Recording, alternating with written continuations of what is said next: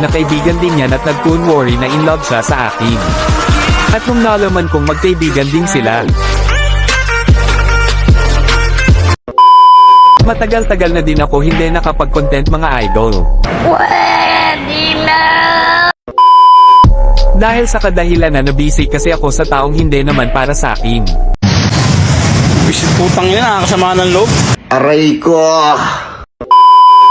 Pero kahit ganun pa man mga idol ay hindi pa rin ako nawawala ng pag-asa.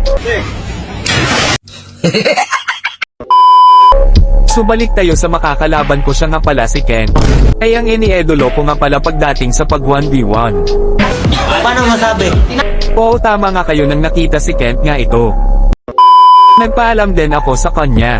At ito ang sabi ko, tol Terry tol, content mo ako tol. At ito din ang sabi Terry. At ito pa ang malala na sinabi niya sa akin. Magpaalam na muna ako sa jowa.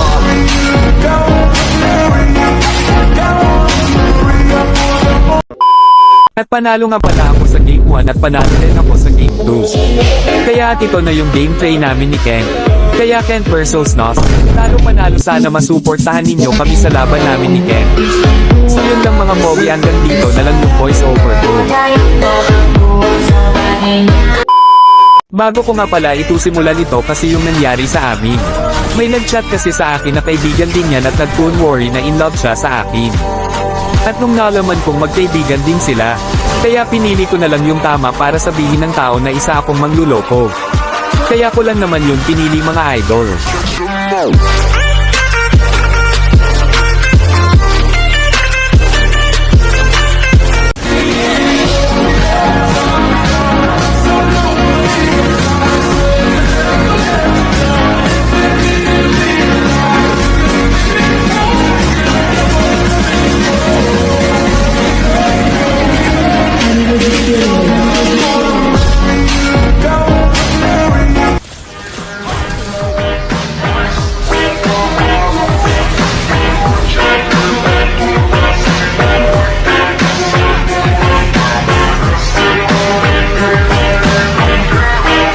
Dahil sa kadahilanan, ay napag-isip-isip ko parang naporo na lang ako nakapopo sa kanya.